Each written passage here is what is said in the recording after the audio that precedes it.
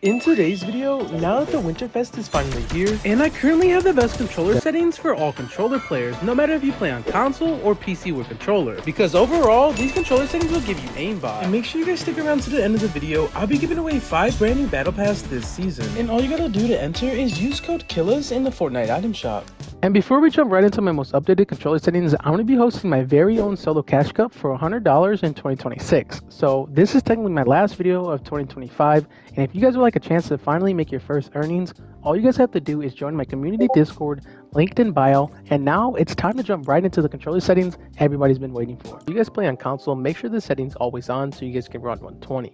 Same thing with your brightness, make sure this is up because too high, it's going to have this white little glare that you guys do not want. So make sure it's always at 100. User interface, keep that at 1x because if it's too high, it'll be too dark. And for your colorblind mode and strength, max these two out so it helps with shadows because console shadows are the worst. And motion blur, turn this off so you guys have the best looking clips and so it's not so delayed. Turn this on, and these are opinion based if you guys want this on or off. And for the volume settings, these settings aren't nothing special, so if you guys do want to copy them, be my guest, because these settings are going to be opinion based to your own liking. Same thing with the 3D headphones. If you guys have 3D headphones, make sure you have this setting on. And for the hit markers, guys, if you guys want the OG sound, turn on Legacy, and if you guys want to keep the normal sound, just leave it as default. And there's a setting that I realized not a lot of people talk about, which is the subtitles, but we'll get into that right after we get into this setting. This setting is going to be very important, and you'll be surprised with how many people don't have it on. This setting will allow enemy footsteps to be seen and when people are gliding in, just so you aren't really clueless with what's going on. And with the subtitles, guys, make sure the subtitles are off because when they're on, they do give you a lot more input delay. And same thing with your voice chat setting, guys. These voice chat settings are going to be very unique to everybody's liking, but if not, just copy mine because it makes things a lot simpler. And jumping right into the game setting, make sure you guys are playing on your own region because if you guys aren't playing on your own region or close enough to it, you guys will have serious ping issues. Same thing with your language. Keep this on system default because if not, you guys will have things that are very confusing. You might not be able to read them. Toggle sprint, keep that on. Auto open doors, keep that on. Mantle and hurdle, hold these on hold just so things are a lot quicker when you're running and gunning. And then in your combat settings, hold the swap pickup, turn that off. ADS, this is a new setting, so make sure you guys have this on held. And mark danger when ADS is on. Guys, this is a very important setting, so when you're marking things aren't all over the place. Auto pick up weapons, I've always had this on. And this setting is not very important unless you guys are on mouse and keyboard, so if you're just a controller player, turn this off. And now preferred item slots, this is something we talked about in the last video. If you guys want certain weapons in certain spots or even consumables, have this at the very end. And for your preferred item slots, if you guys are very confused on certain things, make sure you guys do change these up because you guys don't want to be in the middle of a fight, throwing a bandage, or even drinking a 50.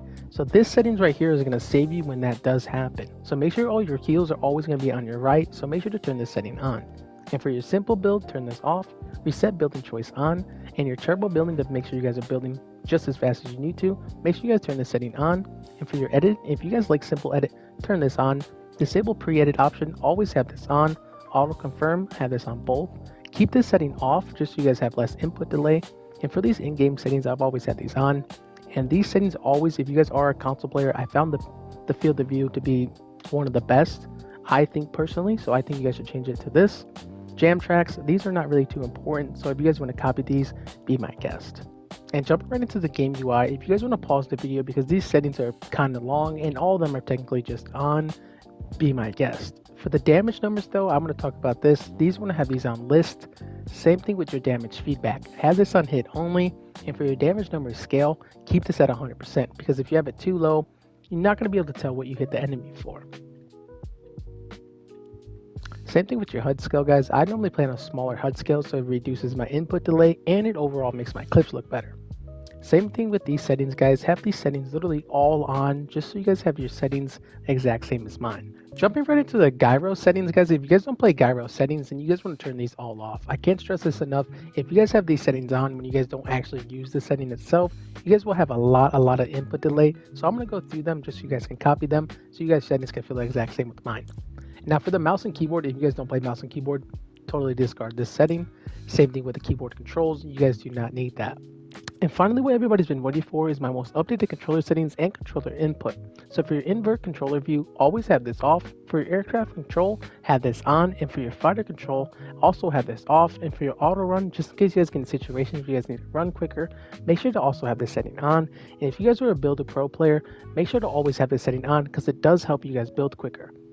These lower guys, because it makes no sense to cap them any higher than 0.0.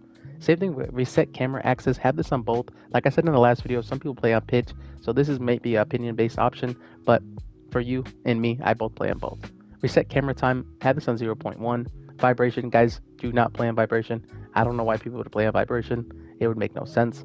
Same thing with the quick weapon. Have this on custom because that's all the way in the last couple settings that we talked about, which is going to rearrange certain weapons for you. So make sure you guys do that. And if you don't, then you're not going to have the first weapon be a primary, which could be your shotgun. It could be a grenade. It could be a bandage. So make sure you guys organize those, or that would be at your own fault. Now, this, I don't know really what this does. So I always kept this at 0.0. Your toggle behavior, I kept this at slot 2. Toggle off, button group on both. Into the controller sensitivity, for my look sensitivity and my aim, I've always played the same thing, so 4. For my build mode and edit mode, I kept them 2.5. For the first person mode, I kept it basically at default. And if you guys want to unlock the rest of the controller settings, because I've seen a lot of people struggle with this, always turn on advanced options. Now for my look sensitivity, horizontal and vertical, I've always kept them the same, just so I don't overshoot or overbuild or even under edit. And now I don't know why people on YouTube always tell people that the boosts help. I've always found them very useless, so never turn on boosts. Instant boost when building, that's the only boost I can tell you guys when to put on, because when you guys are building, you guys do want that extra little push. Same thing with your aim down sights. I've always kept them the same, like I said with my building. 1414 is a really good sweet spot. Same thing with 1616. But if you guys can't really aim perfectly or don't have really good tracking, keep it lower than 1414. Or if you have great tracking, keep it at 1616. Same thing with the ADS boosts, guys. These really don't help. Don't do anything with these. I see a lot of people max it out, and it's actually kind of funny. So your scope speed multiplier, guys.